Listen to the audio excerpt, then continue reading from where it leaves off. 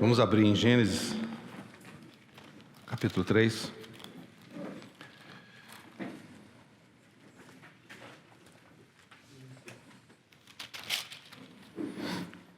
Versículo 1. Mas a serpente mais sagaz que todos os animais selváticos que o Senhor Deus tinha feito, disse à mulher: é assim que Deus disse: não comereis de toda a árvore do jardim? Respondeu-lhe a mulher: do fruto das árvores do jardim podemos comer, mas do fruto das árvores que está Mas do fruto da árvore que está no meio do jardim, disse Deus: dele não comereis, nem tocareis nele, para que não morrais. Então a serpente disse à mulher: é certo que não morrereis, porque Deus sabe que no dia em que dele comerdes, se vos abrirão os olhos, e como Deus sereis conhecedores do bem e do mal. Vendo a mulher que a árvore era boa para se comer, agradável aos olhos e árvore desejável para dar entendimento, tomou-lhe do fruto e comeu, e deu também ao marido, e ele comeu. Abriram-se então os olhos de ambos, e percebendo que estavam nus, coseram folhas de figueira e fizeram cintas para si. Um outro texto no Novo Testamento, primeira epístola de João, capítulo 2, versículo 15. Não ameis o mundo, nem as coisas que há no mundo.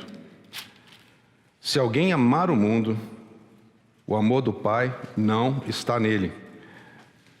Porque tudo que há no mundo, a concupiscência da carne, a concupiscência dos olhos e a soberba da vida, não procede do Pai, mas procede do mundo. Ora, o mundo passa, bem como a sua concupiscência. Aquele, porém, que faz a vontade de Deus, permanece eternamente. Vamos ter mais uma palavra de oração. Senhor, mais uma vez, nos encomendamos a Ti, Senhor, por esses momentos e clamamos que realmente pelo Teu Santo Espírito, o Senhor venha nos conduzir, nos guiar para dentro de toda a verdade. Que o Senhor possa falar aos nossos corações ainda nesta manhã. E dizemos, Senhor, que nada mais importa a não ser contemplarmos o Senhor. No nome do Senhor Jesus. Amém. Os textos que lemos, acho que são bem conhecidos dos irmãos. E nós vemos ali no jardim que foi plantado no Éden. E nós podemos ter toda a certeza que deve ter sido um jardim maravilhoso, né? Deve ter sido uma coisa muito linda. Deus então coloca o homem no jardim, nós conhecemos bem a história. E naquele momento, registrado no capítulo 3, no versículo 1, nós vemos que o tentador, a serpente, Satanás, se aproxima da mulher. Existe um paralelo muito interessante entre essa tentação e a tentação do Senhor. E o paralelo que nós acabamos de ler entre a tentação que aconteceu ali no Éden com o que nós lemos em João é muito interessante. Acho que os irmãos devem conhecer esse paralelo. Os 3 pontos principais onde a mulher ali então foi tentada se refere exatamente a esses pontos que o apóstolo João traz e menciona especificamente a respeito do mundo, do cosmos, né? Se alguém amar o mundo, o amor do Pai não está nele. O Espírito Santo é muito claro, ele não dá brecha, ele não fala mais ou menos. É uma coisa ou outra, é mutuamente exclusivo. Mutuamente exclusivo significa que essas duas coisas não coexistem, é impossível. E nós precisamos da misericórdia do Senhor, porque quantas vezes o mundo tem nos atraído, né? E quando nós vemos isso acontecer, o quanto que esse versículo coloca a minha vida, a nossa vida em xeque.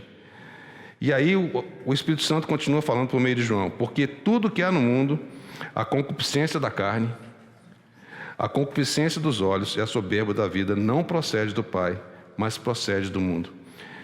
Ali no Éden nós vemos que de fato a serpente, o Apocalipse do dragão, a antiga serpente, que é o diabo, ele se aproxima então para tentar a mulher, e ele tenta exatamente nesses 3 aspectos que nós vemos aqui registrados em João. Mas eu gostaria de trazer o nosso foco. o paralelo que nós temos na realidade com a tentação ou as tentações do nosso Senhor. E o contraste é maravilhoso. E eu vou ler para os irmãos.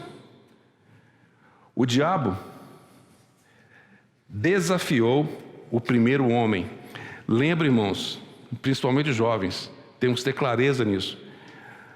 Primeiro Adão, último Adão. Infelizmente, algumas vezes nós ouvimos falar do segundo Adão, né? São 7 bilhões de Adões por aí ou mais, né? É primeiro Adão e último Adão. No Senhor Jesus se encerra. Por isso que ele é o último Adão. E diante de Deus, apenas 2 homens. A primeira criação, que foi Adão, e o Senhor Jesus. Então o Senhor Jesus, ele é o segundo homem. Então olha só, o diabo desafiou o primeiro homem, Adão. O segundo homem desafiou o diabo. Lembra que o Espírito Santo conduziu o Senhor Jesus para ser tentado pelo diabo. E o Senhor Jesus foi quem buscou. Não foi o inimigo que foi atrás do Senhor.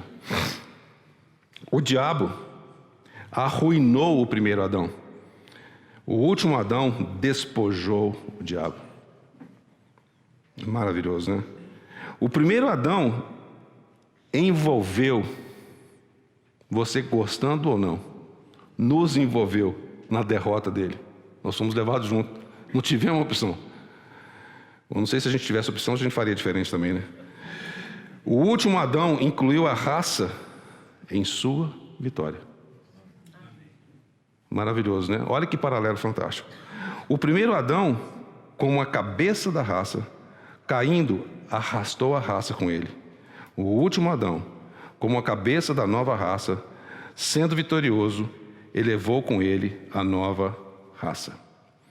Esse é o paralelo que nós temos entre aquilo que aconteceu no Éden e aquilo que aconteceu com o nosso Senhor. Observe agora essa situação. O jardim maravilhoso no Éden, com toda sorte de árvores frutíferas, boas para o alimento, o Senhor Jesus no deserto, com fome. Eu não sei se Eva estava com fome, não sei dizer. Talvez, né? Será? O fato é que as condições do ambiente eram todas propícias. Tinha tudo disponível diante de Adão e Eva ali. O Senhor Jesus, no entanto, absolutamente nada, no deserto, sem alimento. Olha que condição mais paradoxal, mais contrastante, né? Tem um irmão que diz que a história seria outra. Olha, eu acho que eu vou arriscar aqui numa coisa jocosa que talvez não seja muito bem politicamente correto. Mas segundo esse irmão, brincando com as irmãs do Oriente, diz assim, olha, certamente Eva não devia ser chinesa. Não sei se é só chinesa, não. Porque se Eva fosse chinesa, ela tinha comido a cobra. Brincadeira, as irmãs não se ofendem. Viu uma cobra dando sopa ali, sopa. Que fruta que nada.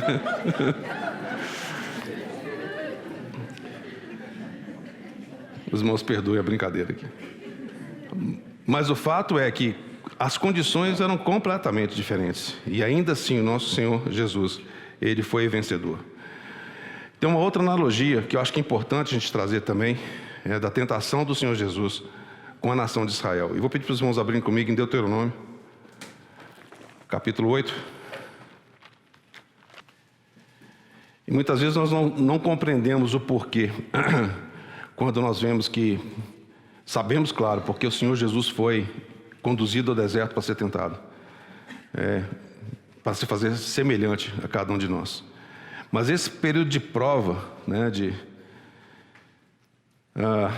de teste, um período difícil, e nós sabemos pela palavra de Deus que Deus não tenta ninguém, tenta no sentido de conduzir para o mal, mas Deus permite que nós passemos por provas, né? Deus disciplina aquele filho que Ele ama. Então Deus prepara as condições, todo o seu ambiente, né, de maneira muito especial, para que Ele possa alcançar em você aquilo que Ele deseja. E o que Ele deseja? Até que todos cheguemos à unidade da fé, ao pleno conhecimento, à estatura de varão perfeito. É um processo de crescimento. E para que isso aconteça, Deus tem que preparar o ambiente. É assim que Deus trabalha. Capítulo 8 de Deuteronômio, versículo 1. Cuidareis de cumprir todos os mandamentos que hoje vos ordeno, para que vivais e vos multipliqueis, entreis e possuais a terra que o Senhor prometeu sob juramento aos vossos pais. Recordar-te-ás de todo o caminho pelo qual o Senhor teu Deus te guiou no deserto estes 40 anos, para te humilhar. Forte essa palavra, né? Nossa, nós acabamos de todos juntos falar que Deus é sempre bom. Me humilhar não parece um negócio muito agradável, não, né? Mas quando nós lemos isso aqui, nós temos que lembrar que o foco de Deus é exatamente em fazer com que nós entendamos e saibamos o que é o processo da cruz.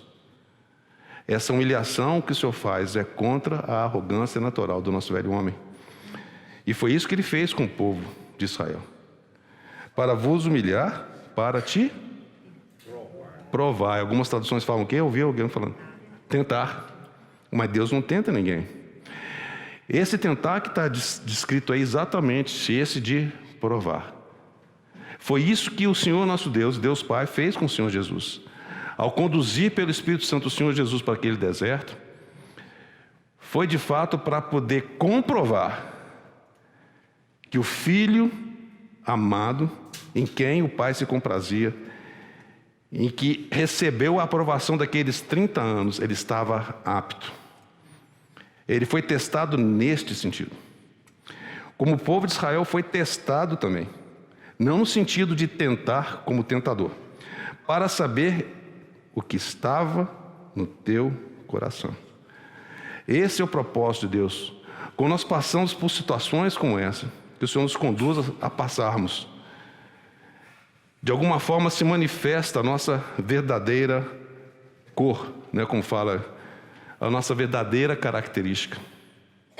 Em inglês falam true color, ver de fato em quem é que nós somos. São situações como essa que o mundo vê também quem nós somos.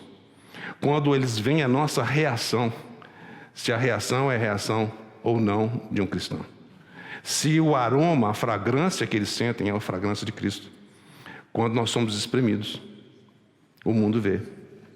O Senhor permite essas situações para que de fato nós possamos ver que de alguma forma, se não for pela misericórdia do Senhor, o nosso velho homem, ele sempre vai buscar atuar. Ele sempre vai buscar se sobressair. E o propósito de Deus é que ele fique ali, crucificado.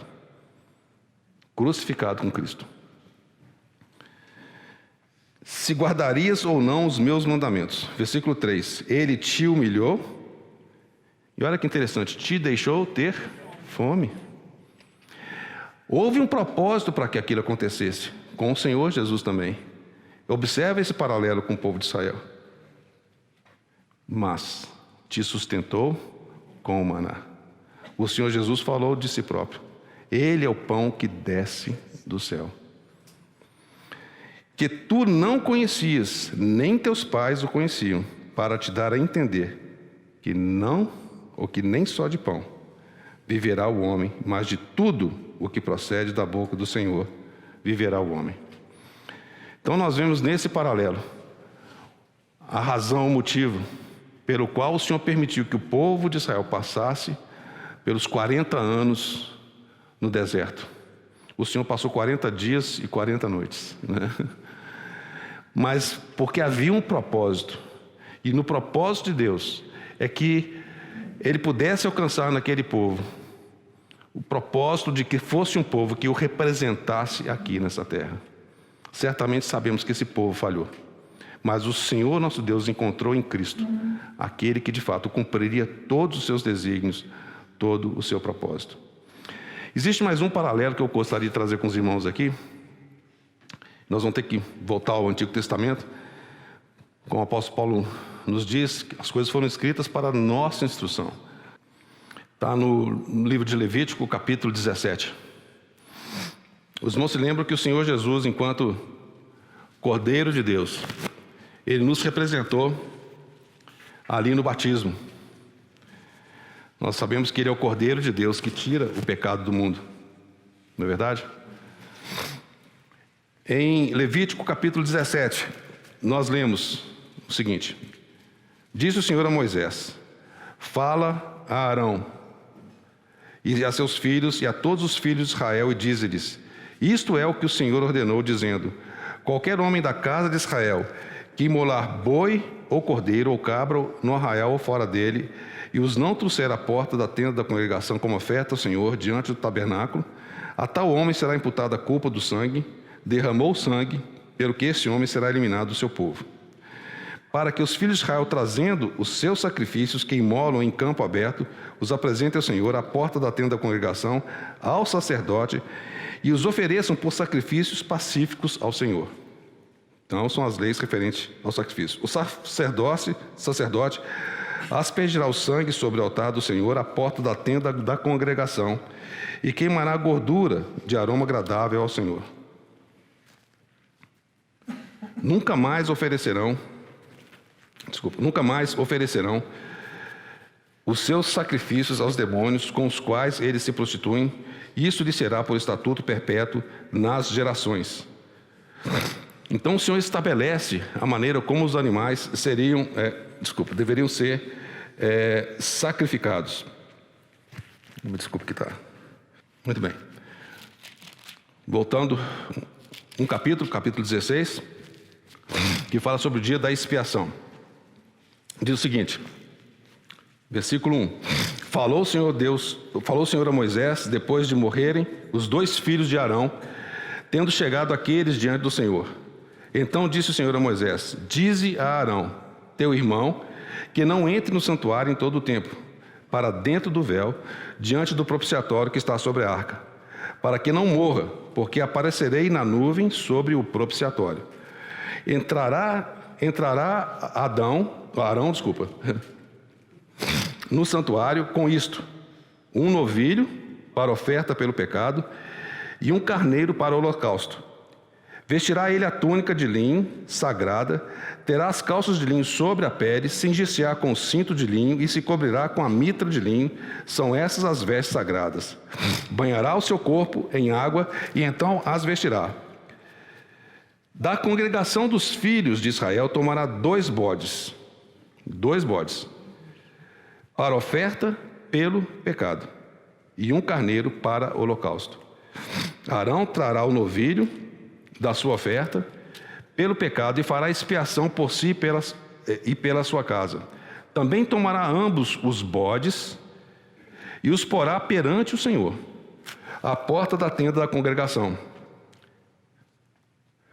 Lançará sortes sobre os 2 bodes, um para o Senhor e a outra para o bode emissário. Arão fará chegar o bode sobre o qual cair a sorte para o Senhor e o oferecerá por oferta pelo pecado. Os irmãos estão reconhecendo o Senhor Jesus? O tipo perfeito do Senhor. O Senhor Jesus foi oferecido como essa oferta pelo pecado. Os pecados de todo esse mundo caíram sobre o nosso Senhor. Versículo 10. Mas o bode sobre o que cair a sorte para bode emissário será apresentado vivo perante o Senhor, para fazer expiação por meio dele e enviá-lo ao deserto como bode emissário. Nós temos um tipo muito precioso do Senhor. O Senhor Jesus como o primeiro bode oferecido diante de Deus, oferecido ao Senhor como oferta pelo pecado. E esse segundo bode, que era solto no deserto. Eu sempre fiquei morrendo de pena desse bode, tadinho. Esse bode ficava solto no deserto. O que acontecia com o pobrezinho desse bode?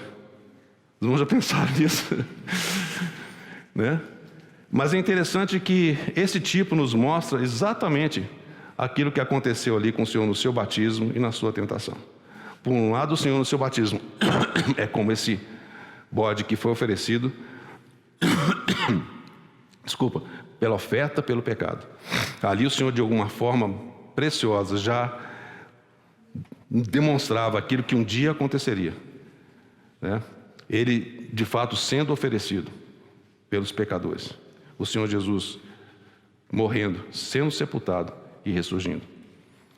E agora no deserto, esse como bode emissário, o Senhor vai ali para enfrentar o inimigo, mas também levando sobre si o que era indissociável na sua natureza, nós com ele, vencendo também o inimigo. Então, esses paralelos que foram escritos de fato para a nossa instrução, nos ajudam a entender de fato os aspectos salvíficos, salvadores do nosso Senhor Jesus. Bom, vamos avançar mais um pouquinho, que até agora eu não cheguei a falar das tentações por si mesmo, né? Muito bem. Vamos voltar para o Evangelho de Mateus e vamos cobrir, se o Senhor assim permitir, rapidamente esses textos. Nós já lemos esse texto, mas é importante a gente voltar. Mateus capítulo 4 e Lucas capítulo 4 também.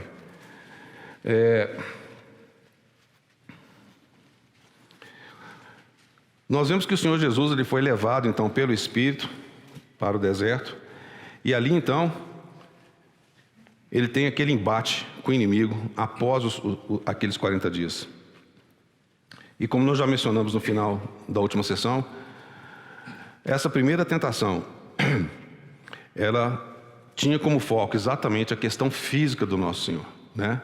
E o Senhor Jesus, de maneira tremenda, ele vence aquela tentação. Ele responde ao inimigo por meio da palavra de Deus. O inimigo de Deus conhece a palavra de Deus. E eu me envergonho, porque eu estou certo que ele conhece bem mais do que eu. Ele cita a palavra de Deus, mas fora de contexto.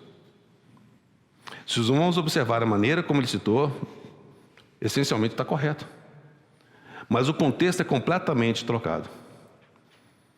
Então, quando o Senhor responde ao inimigo, o Senhor responde com a palavra de Deus.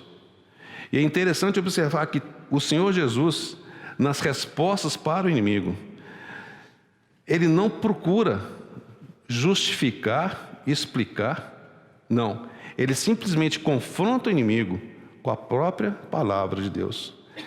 Ele não insere a sua própria inteligência, a sua própria sabedoria. Se bem que ele é o Verbo encarnado. Mas ele cita a palavra de Deus. E os irmãos vão observar que, essencialmente, do livro de Deuteronômio. As respostas do Senhor são em cima do livro de Deuteronômio. Por que Deuteronômio? Gênesis, Êxodo, Levítico, Número e Deuteronômio. É o quinto livro da lei.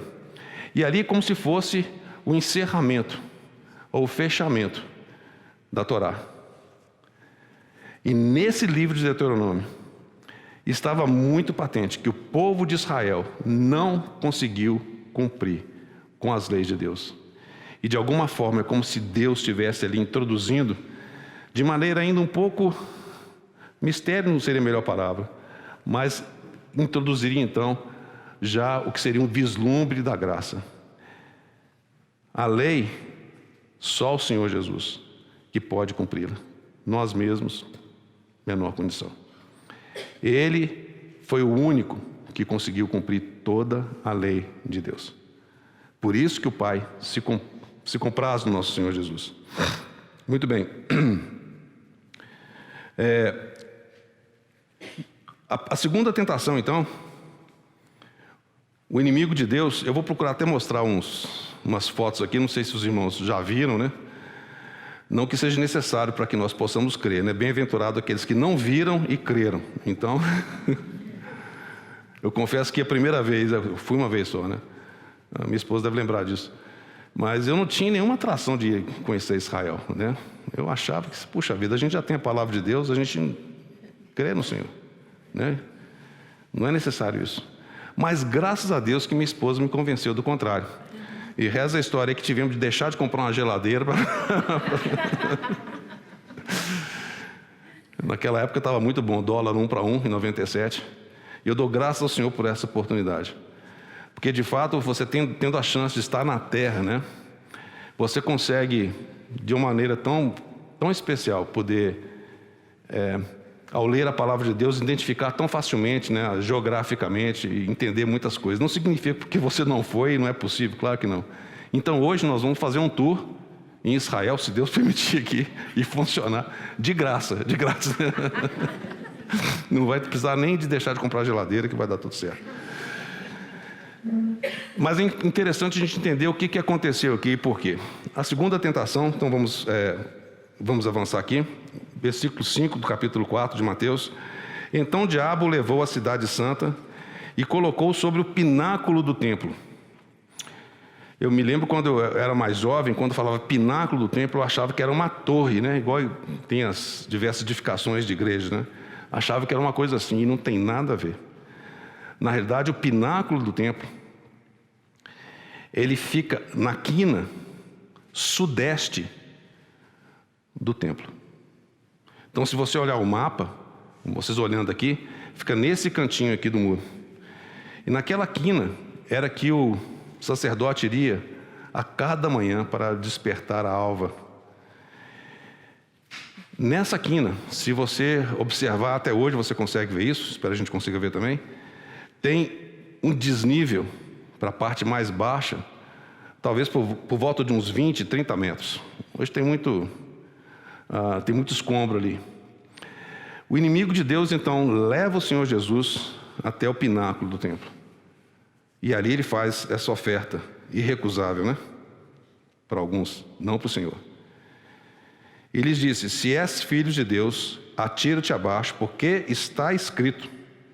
Ele cita agora: aos seus anjos ordenará a teu respeito que te guardem, e eles te sustentarão nas suas mãos para não tropeçares em alguma pedra. Cabe uma pausa aqui. Observe que mesmo na tentação anterior, o inimigo começa com o se. Lá no Éden, foi assim que Deus disse, uma baita interrogação no final. Ele questiona a palavra, a integridade, a personalidade de Deus. Se és filho de Deus, versículo 3. Versículo 6, se és filho de Deus. Os irmãos se lembram, o Senhor Jesus estava saindo do seu batismo. E naquele momento os céus se rasgaram, e a voz do céu, a voz do Pai diz o quê? Tu és o meu filho. Qual dúvida poderia haver? Se és filho de Deus, essa dúvida não existe. O Senhor Jesus não ficou batendo boca com Satanás. Presta atenção, você não ouviu o que Deus falou? Não. Ele não ficou discutindo com o inimigo. Ele não voltou a esse ponto com o qual o inimigo tentou fisgá-lo. Mas ele vai no cerne daquilo que o inimigo queria. Ele é muito astuto. A maneira como ele interage é fazer uma cortina de fumaça, escondendo o seu propósito central bem escondido. E aqui foi isso que ele fez. Nessas duas instâncias, ele questiona Deus. Muito bem. Leva o Senhor Jesus, então, para o pináculo do templo. E qual que era essa tentação? Se o Senhor se lançasse dali, era um lugar que muitas pessoas passavam. Nesse cantinho aqui, ó. Vocês estão vendo a minha mão aqui, ó? Nesse canto aqui, do muro, então o pináculo do templo. Aqui, o Vale de Cedron, Monte das Oliveiras. Por ali transitavam muitas pessoas. Imaginem, ao virem o Senhor Jesus em pleno ar, se isso acontecesse, né? Graças ao Senhor não aconteceu. As pessoas que passassem ali, vendo não só o Senhor Jesus talvez flutuando no ar, e de fato caindo, pousando no chão sem qualquer tipo de problema, imediatamente ele seria exaltado. Ele seria talvez reconhecido como esse Messias que estava para vir. Sem a cruz. Sem a cruz. O Senhor entendeu muito bem aonde que o inimigo queria chegar. Ele queria que o Senhor tomasse esse atalho. Ser de fato reconhecido como o Messias que de fato ele era. Sem passar pela cruz. E nós lemos que o inimigo, então, ele lança a palavra de Deus, baseada lá em Salmo 91. Mas o que o Salmo 91 nos diz? Vamos voltar para ler o Salmo 91. Os irmãos conhecem muito bem esse salmo. Que, aliás, tem uma diferença da Bíblia que nós temos em mãos e a Bíblia católica, 90 e 91. Vocês devem saber disso, né? O Salmo 91 começa assim. E os irmãos que são da área de direito, né? Que gostam de ler textos legais, eu não sei nem como é que fala, se é o caput ou capu, não sei. Caput, melhor ainda, não era um dos dois, tá vendo? Era o caput. Diz aqui, o que habita no esconderijo do Altíssimo e descansa à sombra do Onipotente. Não sei os irmãos, mas me faz lembrar, sabe de quem? De Maria.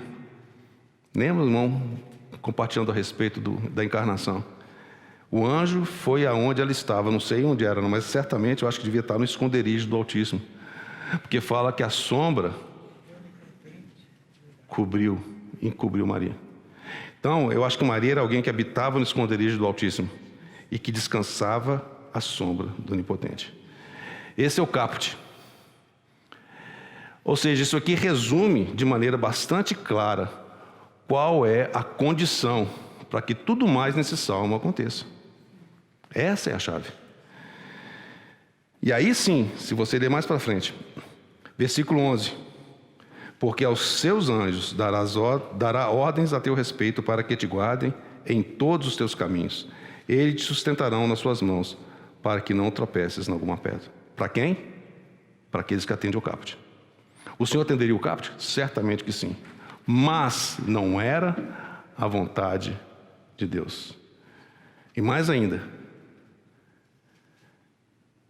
o Senhor busca de novo, naquela cortina de fumaça tão maravilhosa, olha que salmo lindo, naquela fumaça que o inimigo jogou, o Senhor pega o ponto central. Voltamos para Mateus então.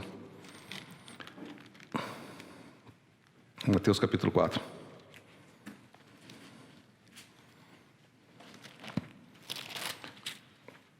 Respondeu-lhe Jesus, de novo respondendo a partir de Deuteronômio, capítulo 6, versículo 16. Também está escrito, não tentarás o Senhor teu Deus. Foi isso que o povo de Israel fez ao longo daqueles 40 anos. Eles tentaram o Senhor, seu Deus. Eles tentaram o Senhor, seu Deus. O Senhor Jesus vai no ponto central. A questão não é se, de fato, os anjos poderiam ou não amparar o Senhor Jesus. Isso não tem a menor dúvida. A questão não é se, de fato, o Senhor era filho de Deus. Também não temos a menor dúvida. A questão é se era a vontade de Deus. Os irmãos percebem como é que o inimigo jogou? Ele questionou e sugeriu ao Senhor que agisse de maneira independente da vontade e do tempo de Deus. Lá em Eclesiastes diz que a sabedoria tem o modo e tem o tempo. Não apenas ser a vontade de Deus, mas estar no tempo certo de Deus. Os irmãos percebem? Estava errado para o Senhor Jesus ser alimentado ou ser alimentado de maneira nenhuma. No momento exato, os anjos vieram e serviram o Senhor. Mas foi a vontade de Deus no tempo de Deus. Então essa segunda tentação, de fato, coloca o Senhor Jesus, mais uma vez, frente a frente com o inimigo, numa posição e numa situação que o Senhor Jesus poderia, de fato, se de fato ele tivesse cedido, graças ao Senhor não aconteceria, de poder desviar da cruz. Muito bem. Terceira tentação. A terceira tentação, a partir do versículo 8. Levou ainda o diabo a um monte muito alto, mostrou-lhe todos os reinos do mundo e a glória deles. E lhe disse, tudo isso te darei, se prostrado me adorares. Tudo isso te darei, se prostrado me adorares. A palavra adoração, ela aparece aí. Mas antes da gente entrar em mais detalhes dessa tentação, irmãos, mantenha o dedo nessa página da Bíblia, e nós vamos para Salmos, mais uma vez, capítulo 2. Um salmo precioso, fala do nosso Senhor. Por que se enfurecem os gentios e os povos imaginam coisas vãs?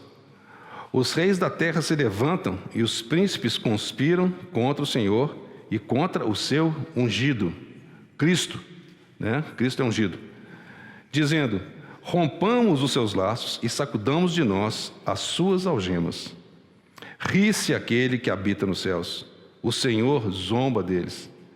Na sua ira, a seu tempo, lhes há de falar, e no seu furor os confundirá. Versículo 6. Eu, porém, constituí o meu rei sobre o meu santo monte Sião. Proclamarei o decreto do Senhor. Ele me disse: tu és meu filho, eu hoje te gerei. Sou similar? Os irmãos estão percebendo de onde vem a origem daquilo que agora o inimigo está contrapondo ao Senhor? Desde a primeira tentação, na segunda e também na terceira. Pede-me, versículo 8, pede-me, e eu te darei as nações por herança, e as extremidades da terra por tua possessão. Está falando de quem? Do nosso Senhor. Com vara de ferro as regerás, e as despedaçarás como um vaso de oleiro. Agora, pois, ó reis, sede prudentes, deixai-vos advertir, juízes da terra. Servi ao Senhor com temor, e alegrai-vos nele com tremor.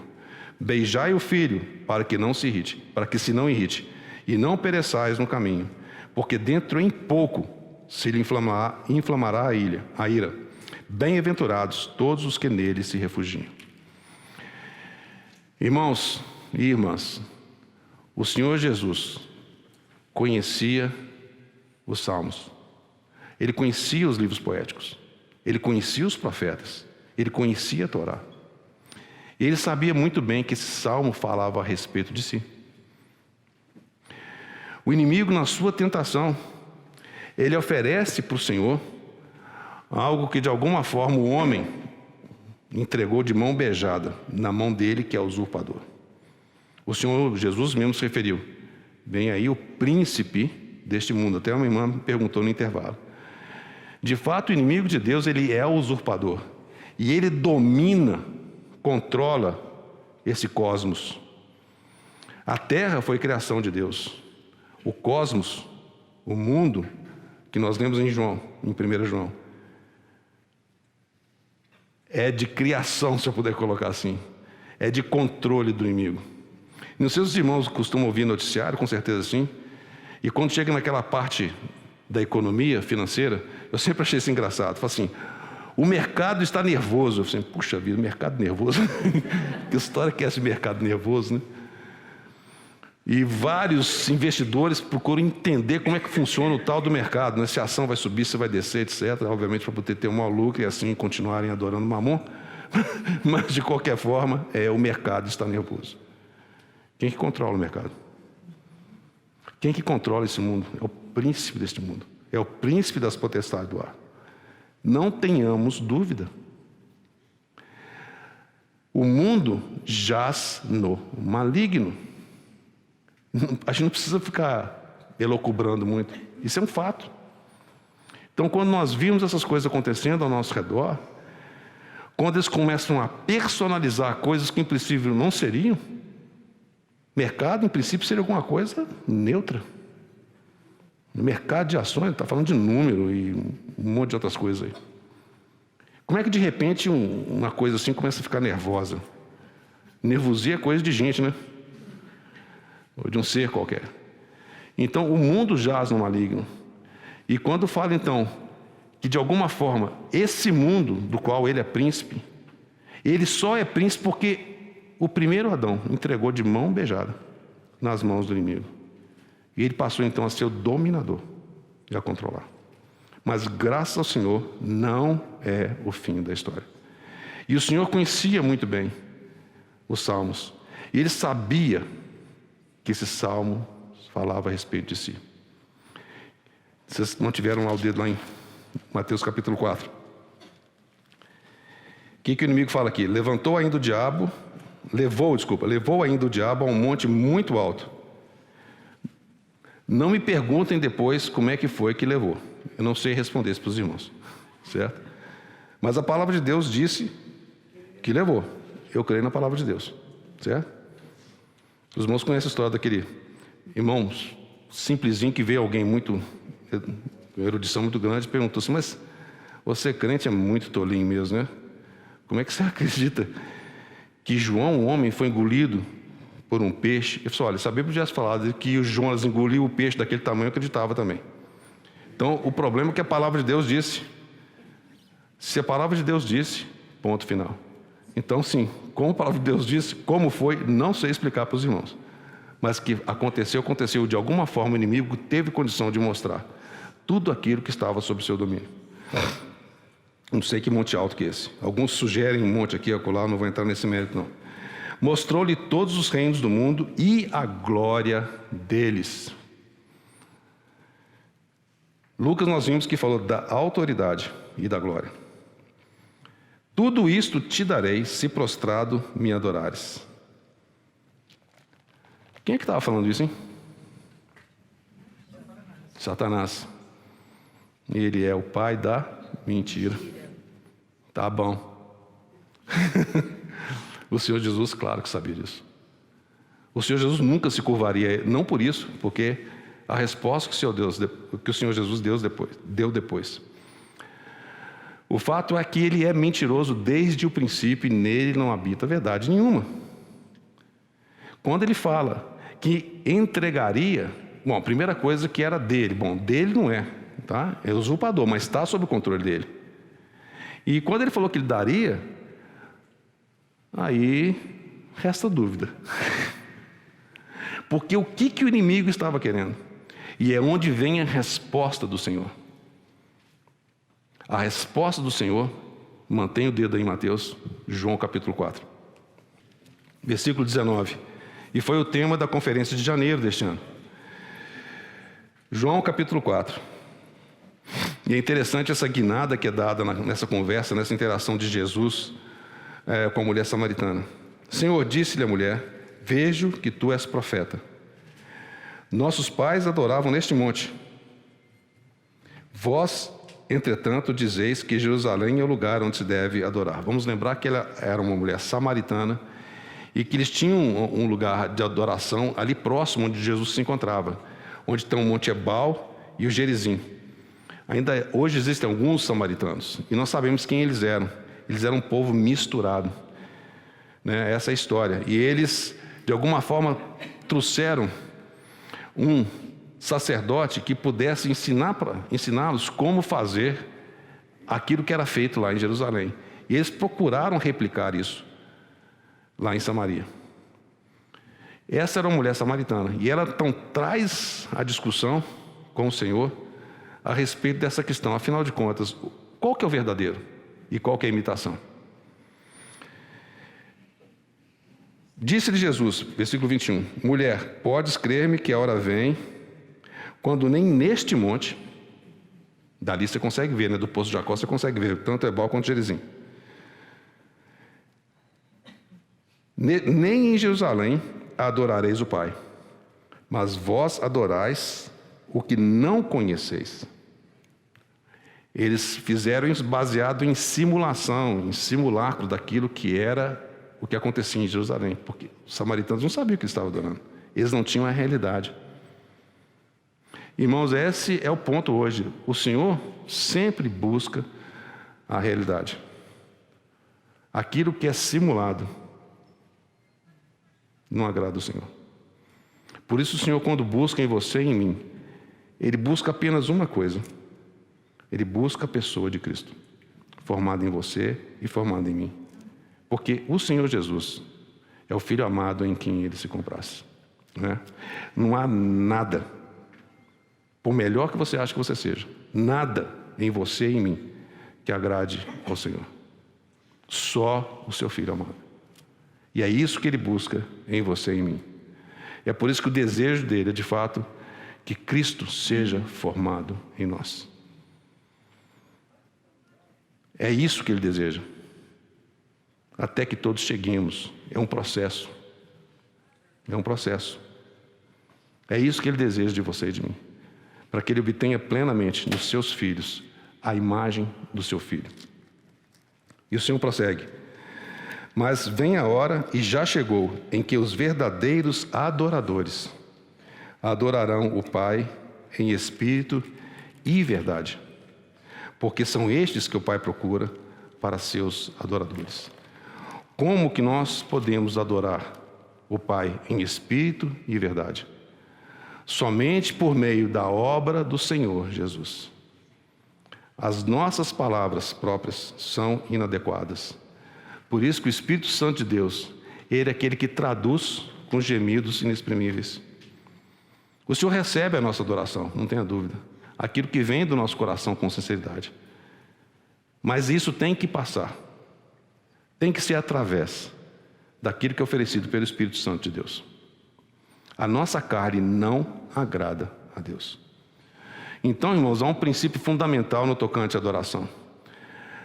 A adoração significa que você dá a Deus o seu lugar de direito. Foi isso que o inimigo tentou o tempo todo tirar de Deus. A disputa de Lúcifer foi porque ele quis colocar o seu trono acima das estrelas de Deus, acima de Deus. Porque ele queria receber para si a adoração que era devida somente a Deus. Esse é o cerne de toda a disputa de todas as eras. Quem recebe a adoração?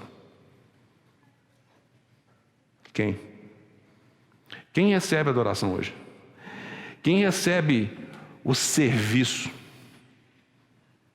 Observe o que o Senhor disse, quando o Senhor cita. Então Jesus lhe ordenou, que foi o final: retira-te, Satanás.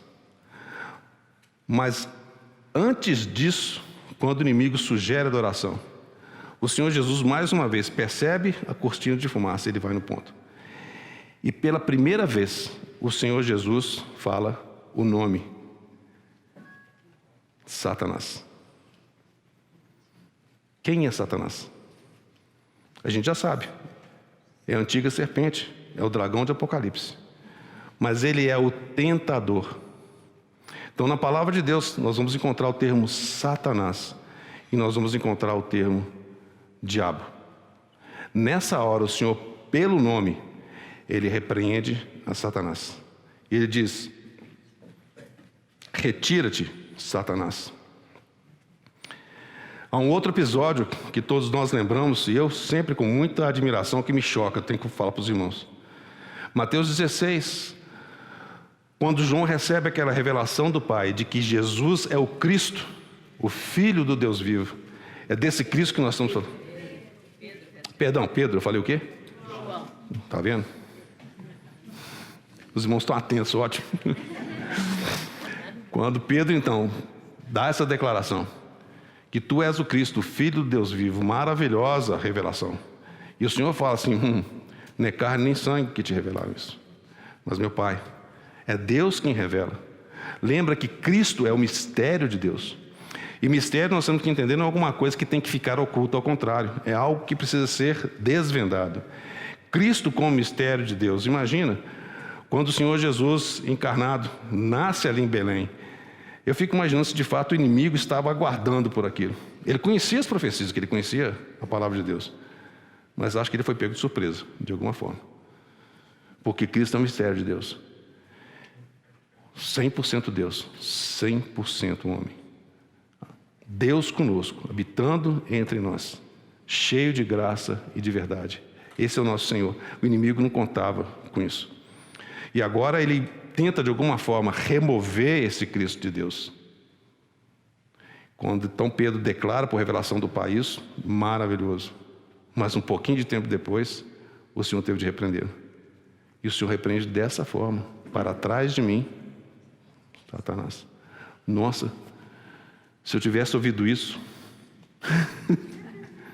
eu não sei o que eu faria. Não sei o quanto Pedro foi exposto naquele momento diante dos seus co-discípulos, mas ouvi isso da boca do Senhor. Mas realmente naquele momento, Pedro foi utilizado por esse que era o tentador. Porque naquele momento, evidenciou exatamente isso que o inimigo de Deus queria, que era desviar o Senhor Jesus da cruz. Essa foi a proposta de Pedro. Não precisa de cruz, Senhor, de jeito nenhum. O Senhor fala imediatamente não. Para trás de mim, Satanás. E é isso que ele fala aqui. Retira-te, Satanás. Não é eu que saio, não. Você que sai. Retira-te, Satanás. Porque está escrito: ao Senhor teu Deus adorarás, e só a Ele darás culto. Deve ter outra tradução: só a Ele servirás. Só a Ele servirás. A quem nós servimos? Adoração é isso, irmãos. É dar a Deus o que lhe é de direito. Quem nós adoramos? E quem nós servimos? Esse foi o clímax da tentação do nosso Senhor. O Senhor vence o inimigo. E graças ao Senhor, nós nele vencemos o inimigo. Como nós mencionamos, essas foram as 3 tentações que o inimigo de Deus, de maneira explícita, tentou o Senhor. Não sabemos outras que aconteceram. Mas o Espírito Santo selecionou essas 3, para que, de alguma forma, representasse todas as demais em suas características. O propósito de Deus é que nós possamos nos apropriar da vitória de Cristo Jesus. Esse é que é o propósito de Deus. Então, irmãos, quando nós consideramos mais essa assim chamada crise, ou esse evento na vida do Senhor, nós temos que lembrar que Ele, como Cristo de Deus, de maneira perfeita, vence mais uma etapa. E Ele, como nosso representante, como grande vitorioso, nos leva consigo. Essa que é a grande maravilha. E digo para os irmãos, tocar em temas tão preciosos como esse, e nesse tema de todas as eras, que é o nosso Senhor Jesus, nos faz prostrar em humilhação. Quão incapazes nós somos. Como é que nós podemos, de fato, compreender que o Deus eterno, o Filho de Deus, aprove a Ele, de sua própria vontade, vir até esse mundo, para nos reconciliar, nos trazer de volta para Deus. Ele é aquele que nos transportou, Deus nos transportou do império das trevas para o reino do Filho do seu amor. Essa é a obra de Deus nas nossas vidas. Vamos concluir lendo Hebreus.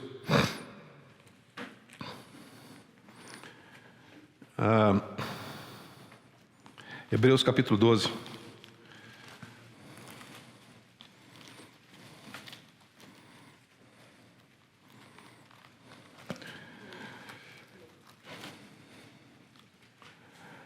Versículo 1.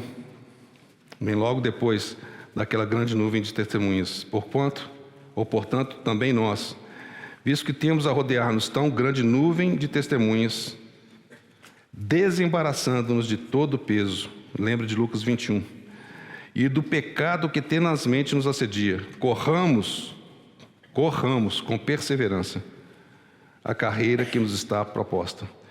Quando eu vejo essa palavra perseverança, me vem à mente um personagem bíblico, Caleb.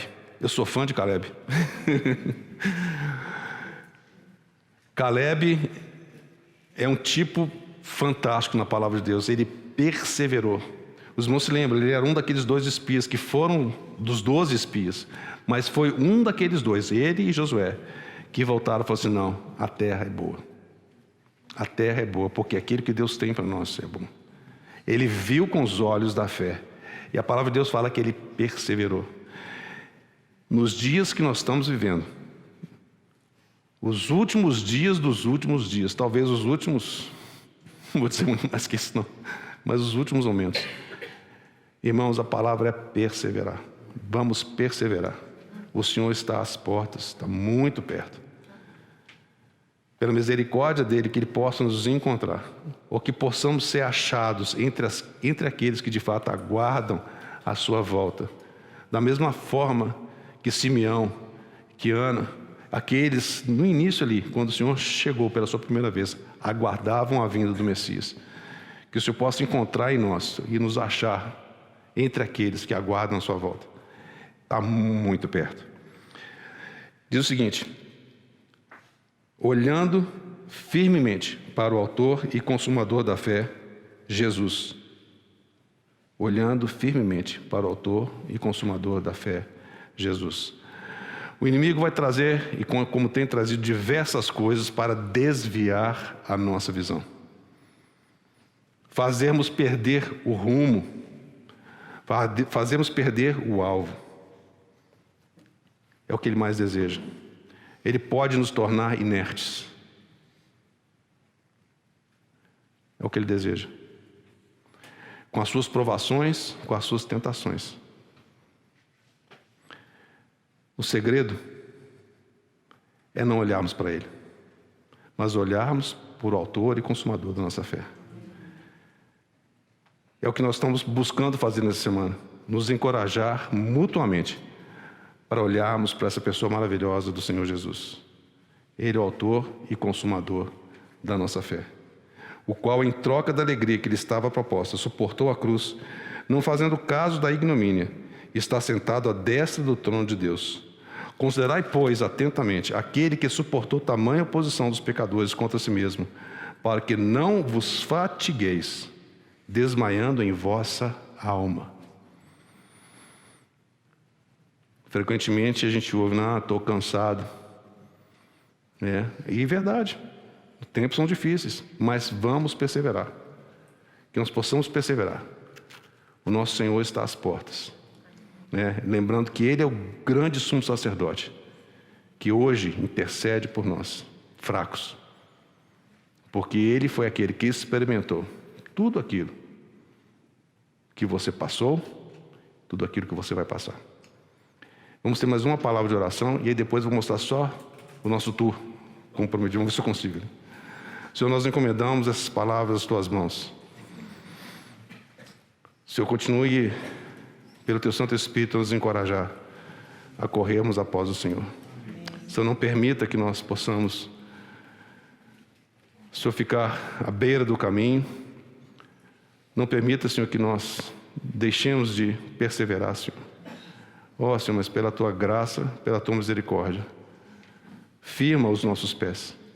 Senhor, firma os nossos olhos, para que eles possam estar fixos no nosso amado Senhor Jesus, o autor e consumador da nossa fé. No nome do Senhor Jesus. Amém.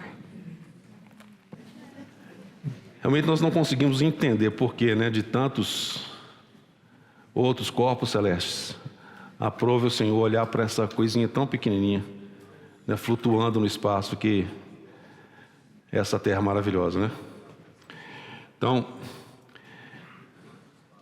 um dia, o Senhor se encarnou e foi em Belém, certo? O que eu estou fazendo aqui não é mágica, não. Qualquer um pode fazer isso. Isso é Belém como visto hoje, certo? Certamente não era assim na época do Senhor Jesus. Então eu vou dar um zoom out aqui, ó. Então a gente está vendo aqui Belém, está aqui, Jerusalém fica um pouquinho ao sul, bem pertinho, tá? Aqui está o Mar Morto, certo? Um pouquinho para cima aqui está o Mar da Galileia. E aqui está Nazaré, certo? Então, se você for para Belém, então o Senhor Jesus, Ele encarnou, Ele nasce então em Belém. Essa foto aqui certamente não foi a estrebaria, Olha, cadê Mariane? Está aí?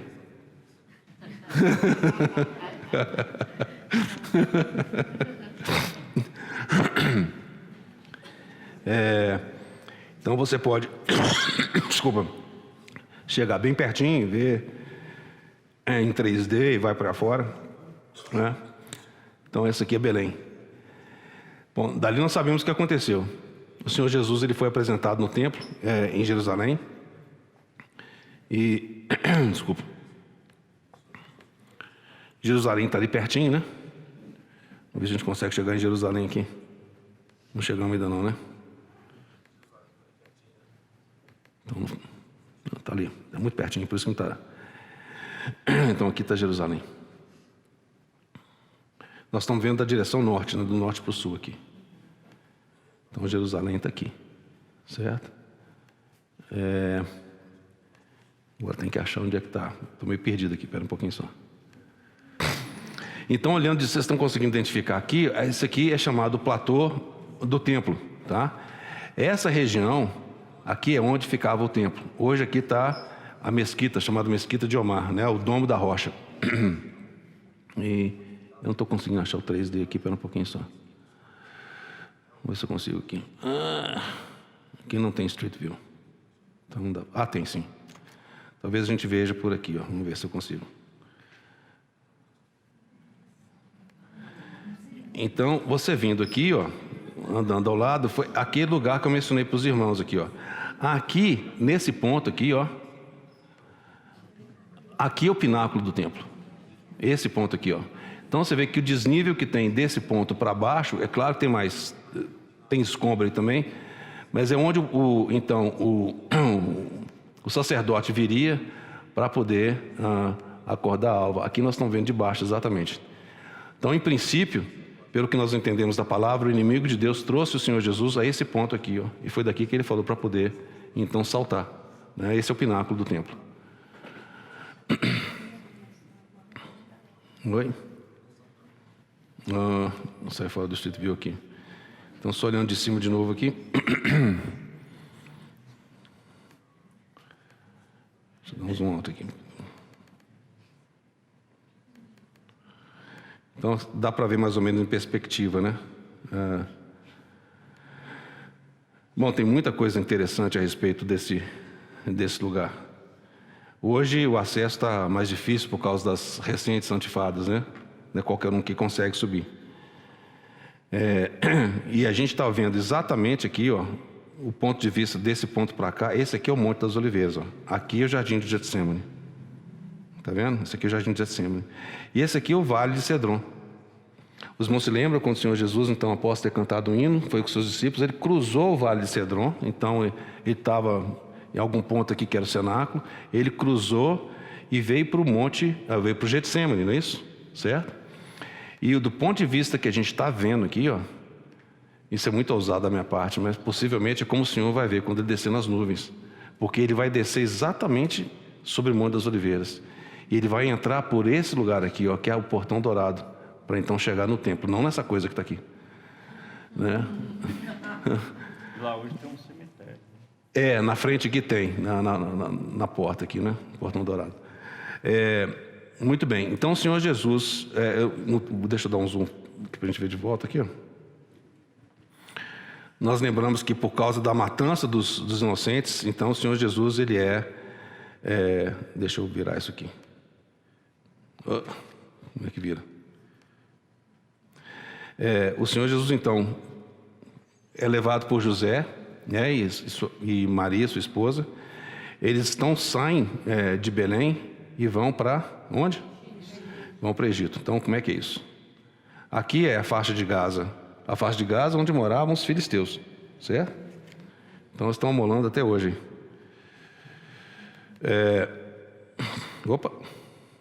Então, ele saiu daqui, existia um caminho mais curto, os irmãos se lembram disso, né? Quando o povo do Egito, eles podiam ter chegado, o povo de Israel, muito mais rápido à terra, mas aprova o Senhor fazê-los peregrinar por esse deserto aqui, ó, né? Deserto do Sinai. Então eles vão para o Egito.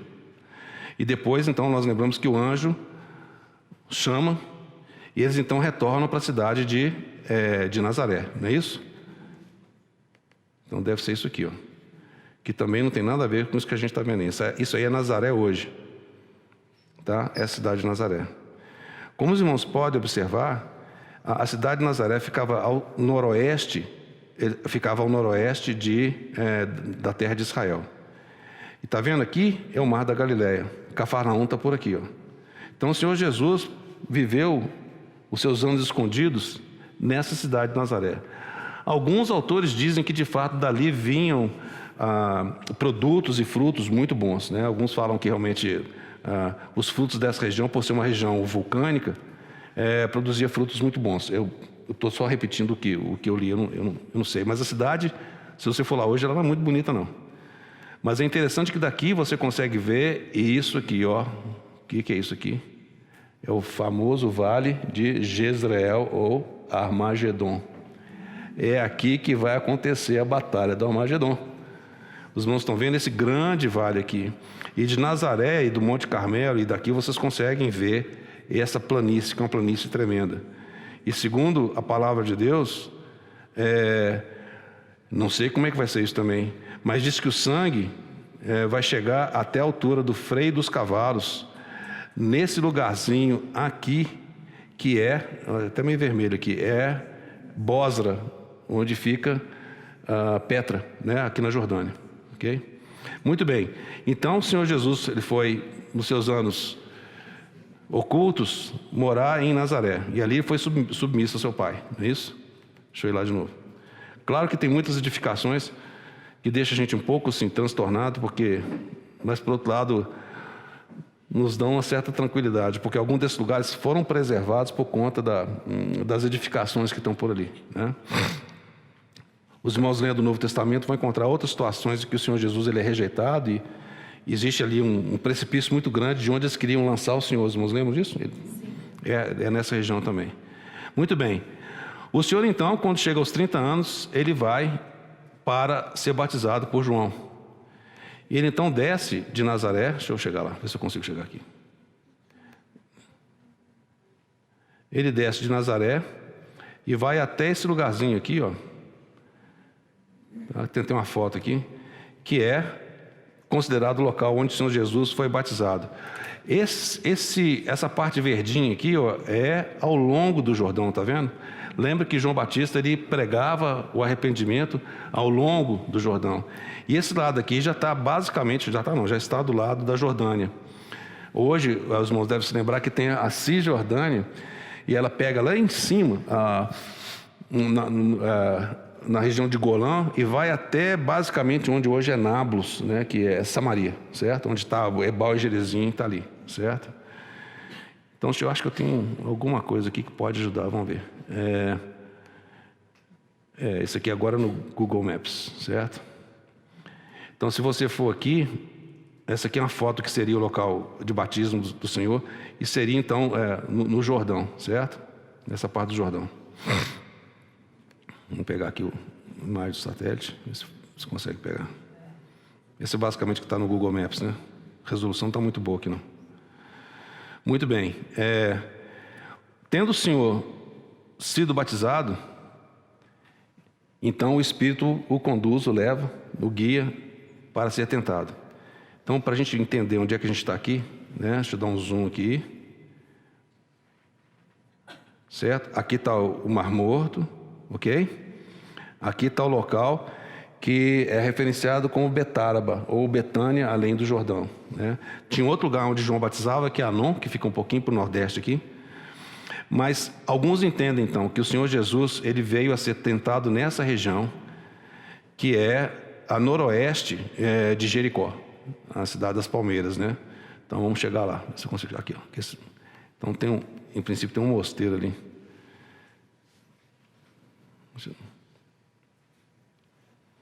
Que é esse local. Tem uma fotinha aqui que dá para ter uma noção mais ou menos de como é que seria a região. Então, como vocês podem ver, esse aqui é o deserto da Judéia, nessa região, e realmente é muito árido, certo? Eu acho que eu devo ter uma fotinha aqui, vamos ver. Aqui é um mapinha, e esse mapinha dá para a gente ver como é que foi. Então, observe bem, o Senhor Jesus, então, ele a gente sabe que ele veio então de Nazaré, certo? Ele veio de Nazaré para ser batizado nessa região, está vendo? Betânia, além do Jordão. Daqui então ele vai para o deserto da Judéia, não sabemos exatamente onde. Alguns acham que foi naquele lugar, tem até um mosteiro ali, certo? Onde o Senhor é tentado. E ele então retorna para Nazaré, como nós lemos depois, cheio do Espírito Santo e poder, dando início ao seu ministério somente depois que João Batista foi preso. Aí que ele dá início ao ministério dele, certo? Isso aqui é uma vista de como é que é a cara do deserto da Judéia naquela região ali, tá certo? Então vocês veem que tem muita região íngreme, completamente seco, né? Esses lugares aqui são chamados de wadis ou vadis, onde quando chove descem águas torrenciais, tá certo? E até muitas pessoas que não conhecem e não conhecem a terra, e a chuva cai de repente, a pessoa pega e muitas pessoas se perdem, morrem, né? Lembra disso, né? Muito grave aqui. Deixa eu ver. Aqui é só uma foto que os irmãos já viram, né? Do pináculo do templo. Aqui está o Domo da Rocha, aqui onde estava o templo, estava aqui, né? Nessa região aqui, para os irmãos lembrarem, fica Ofel, que é a cidade de Davi. Aliás, em anos recentes, os arqueólogos descobriram muita coisa nessa região. Os irmãos que tiveram mais recente podem contar para a gente. Eu estive lá há muito tempo atrás, então é muito bonito isso aqui. Tá? Deixa eu ver o que mais aqui. Esse aqui é outro mapa do batismo de Jesus, acho que está ok. Deixa eu voltar aqui. Então, bom, basicamente era isso que eu queria mostrar para os irmãos. Acho que é interessante, isso aqui chama... Não estou vendendo. Mas isso aqui os irmãos conseguem encontrar na internet, chama Google Earth, né? E você pode então ver de acordo com os satélites, com essa reconstrução que é feita por meio dessas tecnologias mais novas. Então é uma maneira da gente poder fazer um tour para Israel de graça. Não foi um pedacinho só. Então é isso. Acho que nós estamos dispensados, né?